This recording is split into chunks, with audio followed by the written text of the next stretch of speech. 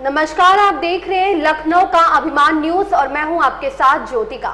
आइए रुक करते हैं खबर की ओर। लगभग 80 लाख ड्राइवरों की चली जाएगी नौकरी, जानिए केंद्रीय मंत्री नितिन गडकरी ने ऐसा क्यों कहा।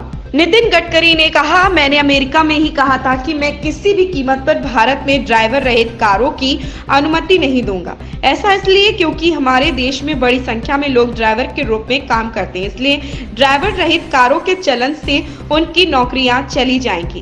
केंद्रीय मंत्री नितिन गडकरी ने एक बार फिर कहा कि वह भारत में ड्राइवर रहित कारों की अनुमति नहीं देंगे। उन्होंने कहा कि अगर देश में स्वायत्त वाहन लाए गए तो 80 लाख ड्राइवर बेरोजगार हो जाएंगे। मोदी सरकार में सड़क परिवहन और राजमार्ग विभाग संभालने वाले नितिन गडकरी ने बात तब कही जब वे IIM नागपुर द्वारा आयोजित कार्यक्रम के द्वारा एक बिजनेस टुडे से बात कर रहे हैं। गडकरी ने कहा, मैंने अमेरिका में ही कहा था कि मैं किसी भी कीमत पर भारत में ड्राइवर रहित कारों की अनुमति नहीं दूंगा। ऐसा इसलिए है क्योंकि हमारे देश में बड़ी संख्या में लोग ड्राइवर के रूप में काम करते हैं, इसलिए ड्राइवर रहित कारों के चलन से उनकी नौकरियां चली जाएंगी। 70 से 80 लाख लोगों की जॉब चली जाएगी। सड़क परिवहन मंत्री ने आगे कहा, ऐसे वाहन केवल छोटी आबादी वाले देश के लिए उपयुक्त हैं। उन्होंने कहा कि अगर ऐसे वाहन भारत में आ गए तो लगभग 70 से 80 लाख लोगों की नौकरियां चली जाएगी और यह एक अलग मुद्दा बन जाएगा।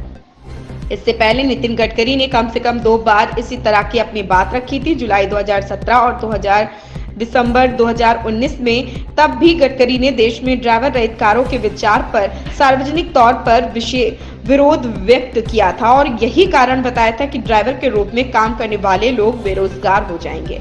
इस बीच IIM नागपुर कार्यक्रम में गडकरी ने मोदी सरकार और एलन मस्क के नेतृत्व वाली दुनिया की सबसे बड़ी EV निर्माता टेस्ला के बीच चल रही चर्चा के बारे में भी बात की। उन्होंने कहा कि कंपनी संभवतः भारत में एक कारखाना खोलेगी। उन्होंने कहा कि हम टेस्ला का स्वागत करते हैं, लेकिन चीन में विनिर्माण और भारत में बिक्री यह संभव नहीं। हम उनके लिए यहीं से विनिर्माण के लिए खुले। इस खबर में बस इतना ही। बने रहिए लखनऊ का अभिमान न्यूज के साथ।